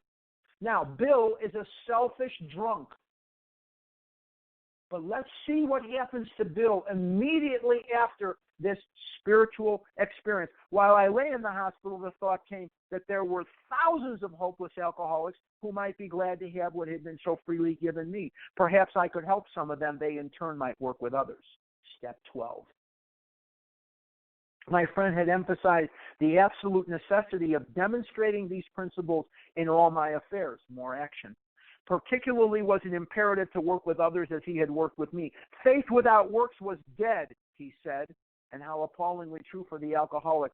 For if an alcoholic failed to perfect and enlarge his spiritual life through work and self-sacrifice for others, he could not survive the certain trials and low spots ahead. If he did not work, he would surely drink again. If he drank, he would surely die. Then faith would be dead indeed. With us, it is just like that. Faith without works was dead was Ann Smith's favorite Bible verse. Ann Smith is the wife of Dr. Bob, who didn't come into the picture till 6 months after this. My wife and I abandoned ourselves with enthusiasm to the idea of helping other alcoholics to a solution of their problems. It was fortunate for my old business associates to remain skeptical for a year and a half, during which I found little work. I was not too well at the time and was plagued by waves of self-pity and resentment. This sometimes nearly drove me back to drink, but I soon found that when all other measures failed, work with another alcoholic would save the day. Tattoo that in your brain. But I soon found that when all other measures failed, work with another alcoholic would save the day. I must get out of poor Harlan on an everyday basis and work with other people. Have to. If I don't smell the body odor of a compulsive overeater at 400, 500, 600 pounds who's still eating every once in a while, I will forget where I came from and I'll go right back. Many times I have gone to my old hospital in despair. I'm talking to a man there. I would be amazingly lifted up and set on my feet. It is a design for living that works in rough going. I always feel better after working with someone else. Now, we remember when Bill lost his friends? Let's see what happens now. We commenced to make many fast friends, and a fellowship has grown up among us, which is a wonderful thing to feel apart. The joy of living we really have, even under pressure and difficulty. I have seen hundreds of families set their feet in the path that really goes somewhere. I only wanted to go somewhere. I was going nowhere. Have seen the most impossible domestic situations righted, feuds and bitterness of all sorts wiped out. I have seen men come out of asylums and resume a vital place in the lives of their families and communities. Business and professional men have regained their standing. There is scarcely any form of trouble and misery which has not been overcome among us. In one western city, Akron, Ohio, and its environs, there are 1,000 of us in our families. We meet frequently so that newcomers may find the fellowship they seek. At these informal gatherings, one may often see from 50 to 200 persons. We are growing in numbers and power. An alcoholic in his cups is an unlovely creature. Our struggles with them are variously strenuous, comic, and tragic. One poor chap committed suicide in my home. He could not or would not see our way of life. There is, however, a vast amount of fun about it all. Now, I travel this country doing a lot of retreats for Overeaters Anonymous, and normally when I do them, I don't know any of you. I'll go into a place, God knows where, I don't know, and there'll be 50 people, there'll be 60 people, there'll be 30, whatever it is, 80, 90, and I can stand outside the dining hall. I can stand outside the meetings right before I go in to start, and you hear the laughter, and it's beautiful. It's like a symphony. And all about you see this beautiful love. You just see this beautiful love. Okay, I suppose some would be shocked at our seemingly worldliness and levity, but just underneath there's deadly earnestness. Faith has to work 24 hours a day in and through us, or we perish. Now, how does faith work in and through us? Through work, through taking action. Most of us feel we need to look no further for utopia. We have it with us right here and now. Each day, my friend's simple talk in our kitchen multiplies itself in a widening circle of peace on earth and goodwill to men. And Bill Wilson co-founder of AA, died January 24th, 1971. I hope that through my efforts here this morning, you can see step 1 and step 2, and you can see in Bill Wilson yourself. I hope that you will be able to identify with Bill and thusly do what he did. And that's enough out of me, Leah. I'm done. Harlan, thank you so much for all your efforts this morning. Thank you for your thorough, revealing, inspiring, and very entertaining presentation of Bill's story. We thank you very much. And Harlan's contact information will be offered at the conclusion of this recording, so stay tuned for that. Now, Harlan, if you're up for it, we're going to open the floor for questions. Would you like to take a drink of water? Yes, I would. Okay, let's get the first person on the line. Okay, we'll open the floor now for questions. And if you could press star 1 to unmute, identify yourself, and we're just asking for questions only, please. Harlan, star 1 to unmute. Hi, it's Naomi. Can I say something, please? Questions, please, yes. Okay. Harlan, my question to you is,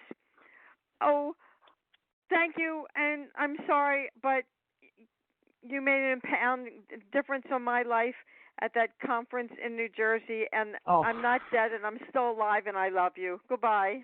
Love you too, Naomi. Thank you. Thank you, Naomi. And the next question, please. Star 1 to unmute.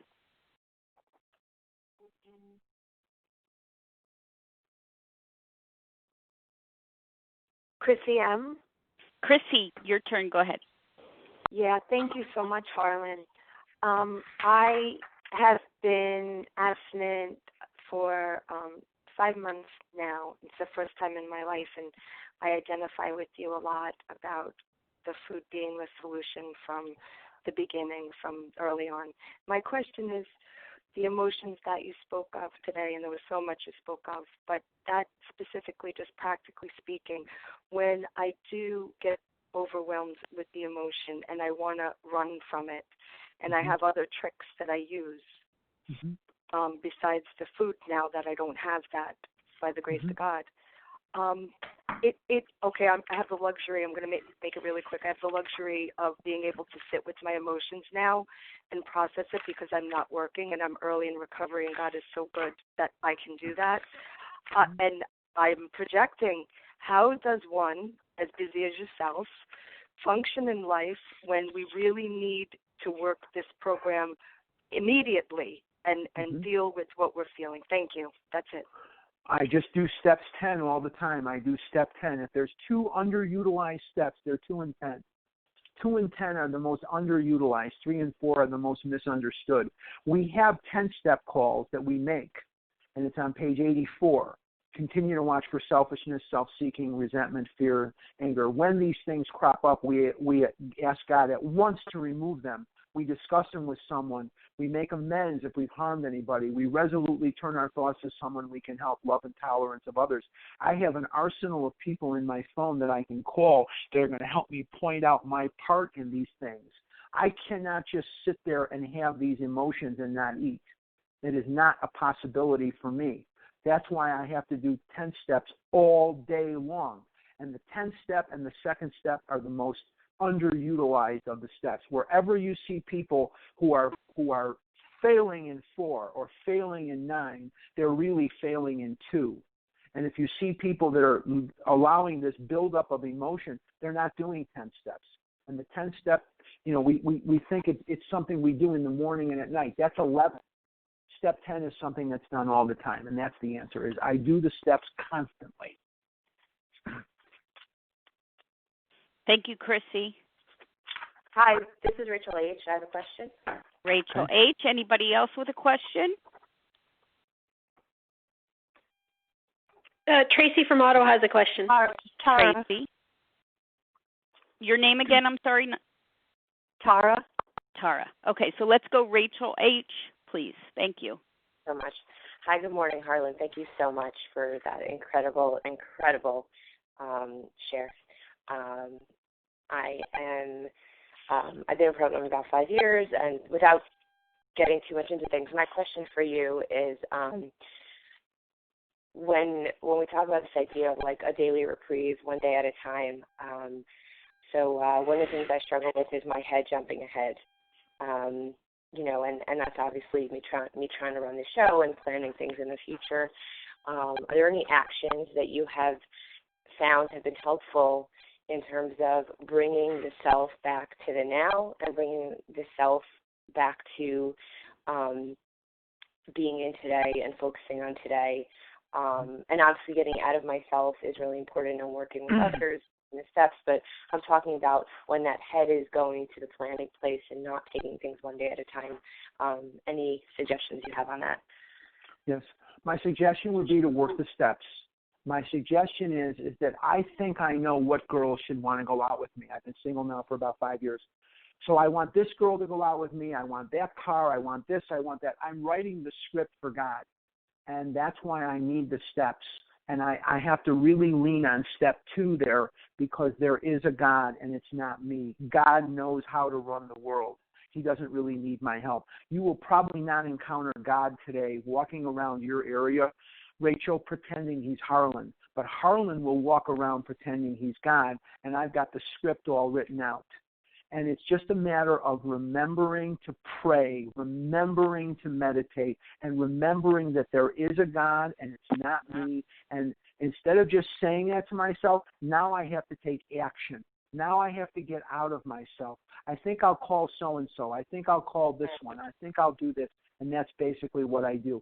That script writing, as we get to chapter 5, is that selfishness.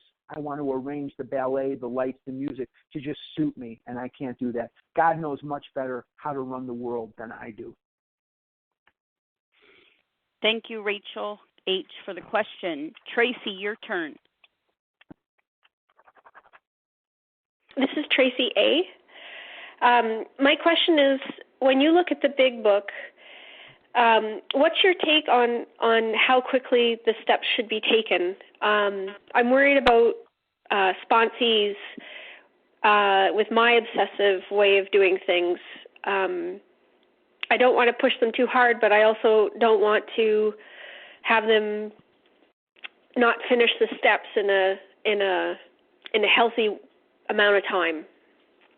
Well, we finish the steps when we're dead, as Naomi could tell you from New Jersey. We definitely finish the steps when we're dead. The faster we go, the better off we are. The big thing in OA is everything is slow. No, that's not good. They used to do this in just a couple of days.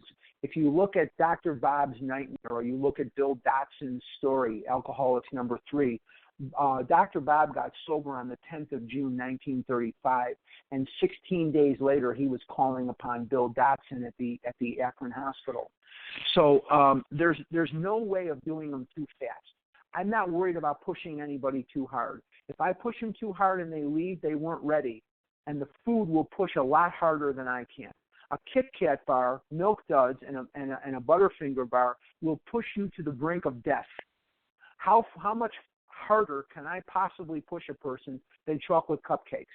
The faster we go through to get to 10, 11, and 12, the better off we are. But we begin 10 as we start cleaning up the past.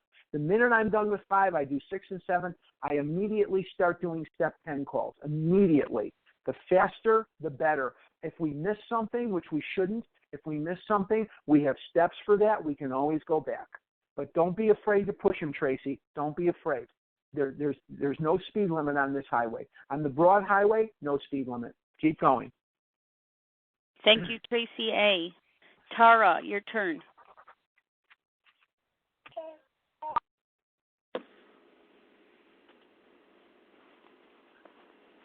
Did we lose her? Tara, *1 to unmute. I was talking away. Goodness. Okay, forget that this wonderful line does mute you without your doing it. And anyway, my question is, I've not heard that about step 2 so much. How do you use step 2? Could you just talk about that more? I mean, I certainly understand it in a general sense, but maybe you could shed more light. Okay. Step 2 is a very underutilized step, and there's a lot of people who confuse a lot of it. It came to believe that a power greater than myself could restore me to sanity. Now, if I have to be restored to sanity, I must have been insane. And if I look at Chapter 3, more about alcoholism, it talks about the insanity of this illness. It talks about the thinking that precedes the first compulsive bite, which is the crux of the problem. Now, if I'm insane and I need to be restored to sanity, I must have a power greater than myself that I can lean on, and that power is one I choose to call God. I must have that power greater than myself, because what I see in program and what I've done in program, and I'm here 36 years, people who still want to be self-reliant. They still want to run the show. And what they've done is they have brought their diet mentality from the pay-and ways into Overeaters Anonymous, and they're using it as a fellowship, but in the final analysis, they're hunkering down on unaided willpower to stay out of the food. The food is not the problem. The food is the answer to the problem. What is the problem? The problem is the emotional buildup, which will cause my brain, the emotional part of my brain, to say, wait a minute, we don't feel very good down here. Send in the cupcakes. Send in the Kit Kat bars. And the emotional part of the brain says, send in the food. And the intelligent part of the brain says, no way. No way. I want to get a girlfriend. I don't want to be single for the rest of my life. I'm not going to eat cupcakes. I'm not going to eat Kit Kat bars. And the emotional part of the brain says, eat the Kit Kat bars now. We don't feel good. And eventually, the emotional part will beat down the intelligent part, and I will eat the cupcakes. But what if I could find a way to live? What if I could find a way to live, Tara, where my emotions do not build up to the level where they become toxic enough so that that part of the brain says eat the food? What if I could find a way to live where I already feel better? And that process of bringing God into the equation is called recovery. And that's what this is all about, Charlie Brown. This is about replacing the effect of the food for the effect of the spiritual awakening as a result of the steps. One has devastating side effects, and the other has a lifetime of happiness. I need God. I need a power greater than myself. I'm going to pray to that God, and I'm going to do His work well, page 63. I have a new employer. I mean, I could go on and on about this. I could come to your town and do a whole retreat just on this alone.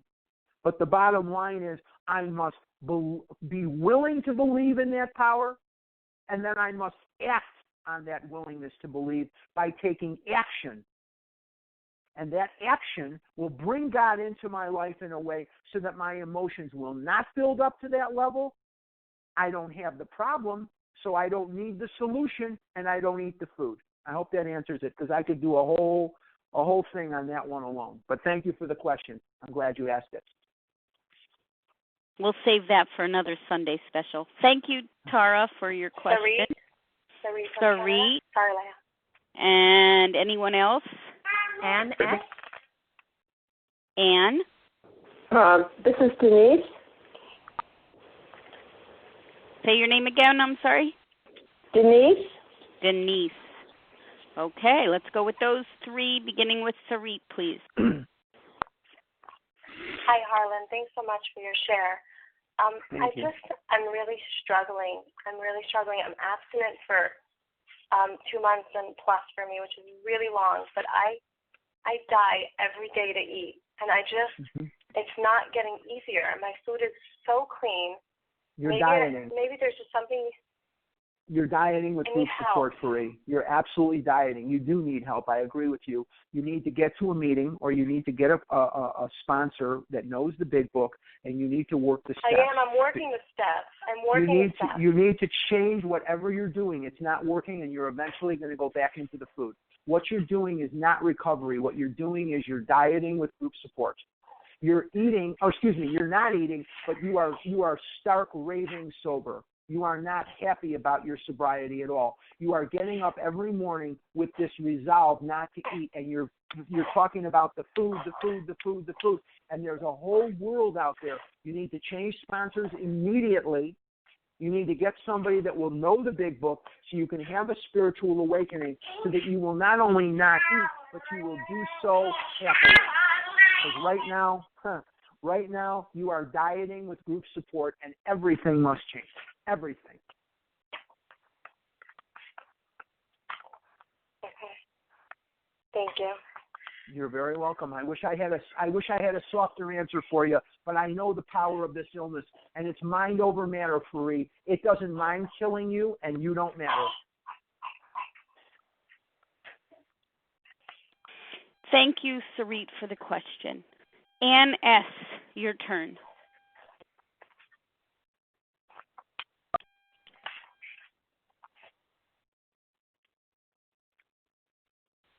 Star 1 to unmute. Ann S.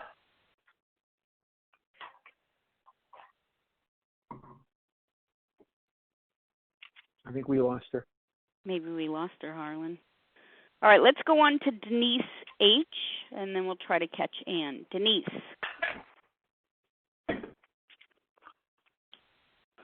Okay, can you hear me? Yep. Yes. Hello? Okay. Harlan, my question is, I'm just amazed at all the backstory that you know about Bill, and I'm wondering where you got the information. Are there books available that I could access myself? Plenty of them. Pass It On is the approved biography of Bill Wilson. Pass It On. There's AA Comes of Age. There's Dr. Bob and the Old Timers. There is Language of the Heart, which is a collection of Bill's grapevine letters through the years. There is a ton of information. None of this came to me in a dream, trust me.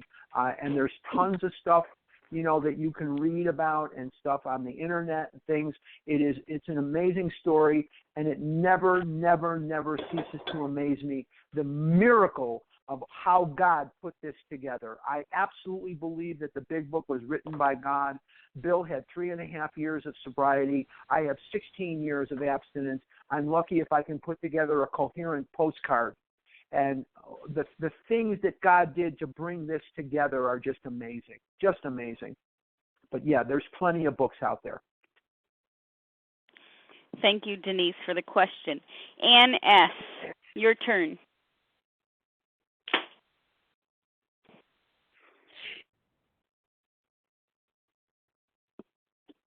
I think we lost her. Ann S., star 1 to unmute. I know you were just here. This is Lois. May I speak when you have a moment? Let's go with you, Lois. Hi, good morning, Leah and Harlan. Thank you so much for the clarity. Wonderful. I have a question about, when I try to give my sponsees written work to focus on, I put together an action list for them, while they're trying to keep the food down before we get to, the rest of the steps. And I'm wondering, could you do a quick list and I could add to my action plan for my sponsees? Sure, absolutely. Thanks. Put the food down and work the steps.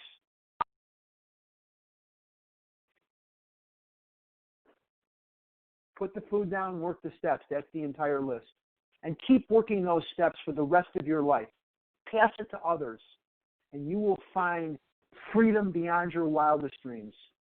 I do not desire excess food today. I just don't want it. It's not part of my life today. I don't want it. I don't care about it. And that's the list. Put the food down and work the steps. Dr. Bob had a list of 3 things. Trust God, clean house, help others.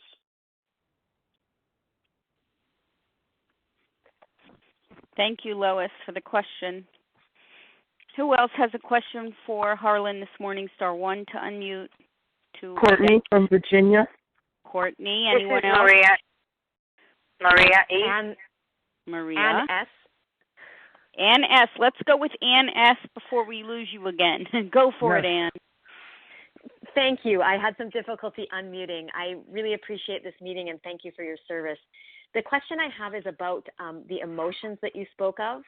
Mm-hmm. And when I say this, I am trying to be rigorously honest with myself. And often out of the blue, that mental obsession where the idea of a food pops into my head, I try to check in and I'm not really feeling like I can identify an emotion in the moment. And I've considered maybe it's simply boredom, although really it doesn't even feel like boredom. So I'm wondering if you could describe a little bit more how that relates. This is a bit new. Usually I just think, well, that's just the mental obsession. But how might it relate to an emotion when I can't identify one? Thank you. Then that's at the time when that food pops into my head.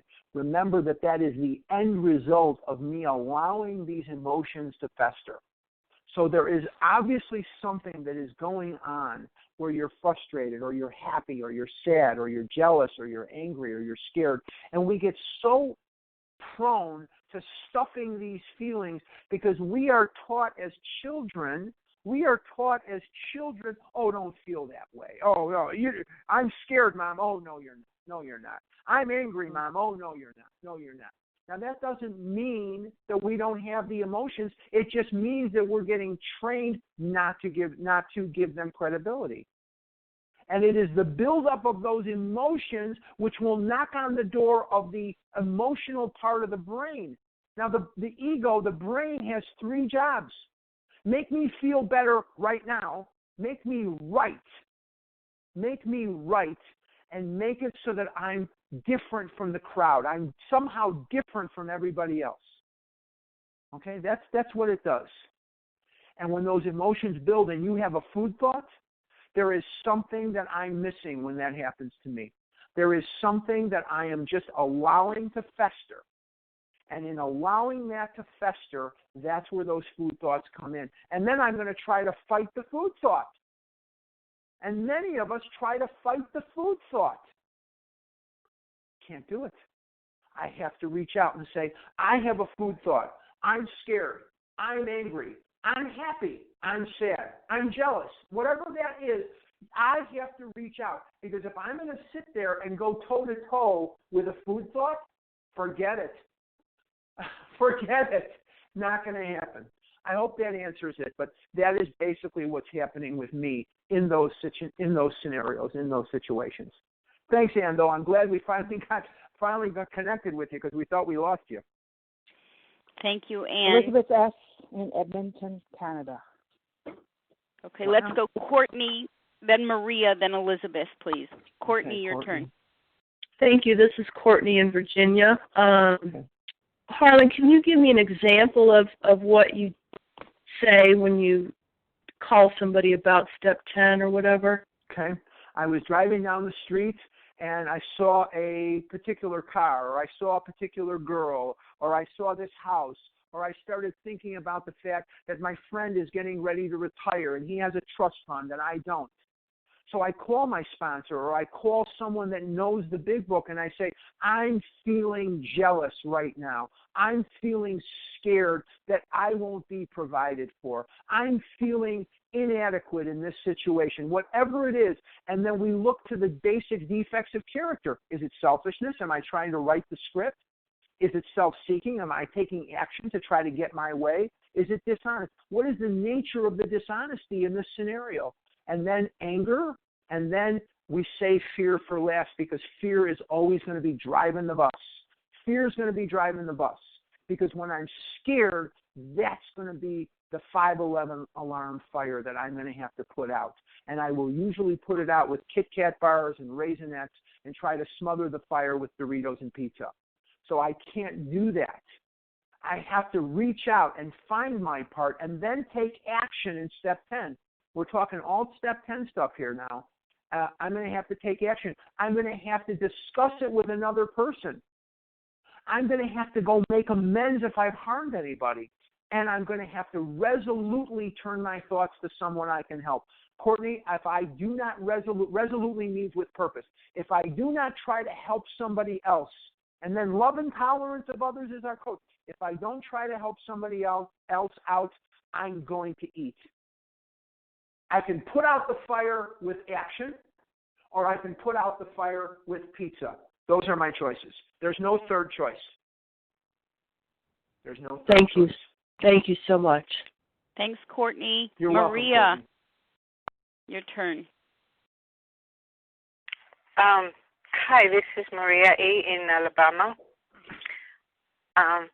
Thank you, Harlan, for your talk today. My question is, when you take somebody through the steps in the big book, is it physically like reading page by page? Yes. And how does that process happen in a fairly short time? You go through it with them. You sit with them, or a lot of it I do on the phone. I sponsor people in different states, so I can't actually sit down with them, but I do it with them over the phone, and we go through it. I start sponsoring early in the morning, very early in the morning. My day starts 3 a.m. And I sponsor a person in Germany. I sponsor people in different parts of the country. We actually read through, and sometimes when time constrained, I will point them to my podcast on the LA website. But the bottom line is we go through everything word by word, but we do it quickly. We move as fast as we can. We move as fast as we can. Thank you. You're welcome. Thank you for the question. Maria. Elizabeth S. Hi there. It's Elizabeth S., a compulsive reader in Edmonton, Canada. If I understand you correctly, it's a pile of emotions that build up, that triggers that mental twist. And I'm just wondering, is it necessary to identify those emotions, or is it just necessary to move on to the choice of action versus picking up the food? That's a very good question. It's a well thought out question. Normally, it's more important to get to the defects of character. Normally, the defects of character are very simple. They are selfishness. I'm trying to write the script. Self-seeking. I'm taking action to try to force feed my will into the situation. Fear, anger, dishonesty. These are the things we want to look at. These are the things that will kill us. It doesn't matter whether it's this emotion or what we're talking about is the defects of character, which will catapult me. And I like that catapult word because it's whoa, all of a sudden, boom. I love it because it'll catapult me right into a sea of chocolate. So it's more important to identify the defect of character than it is to identify anything else. And what's the end game here? What's my part? Elizabeth, what's my part in this? And that usually comes when we get to the defect of fear. That's my part in things. What am I afraid of? Very unlikely I'm going to have this buildup of emotions without fear being involved. Very unlikely. But thanks for the question. That's a good one. Thank you, Elizabeth. Harlan, are you up for a couple more, or you want to close? Let's do one more, and then we'll close it down. How's that? Okay, sounds great. All right, one more question. Star 1 to unmute to identify yourself.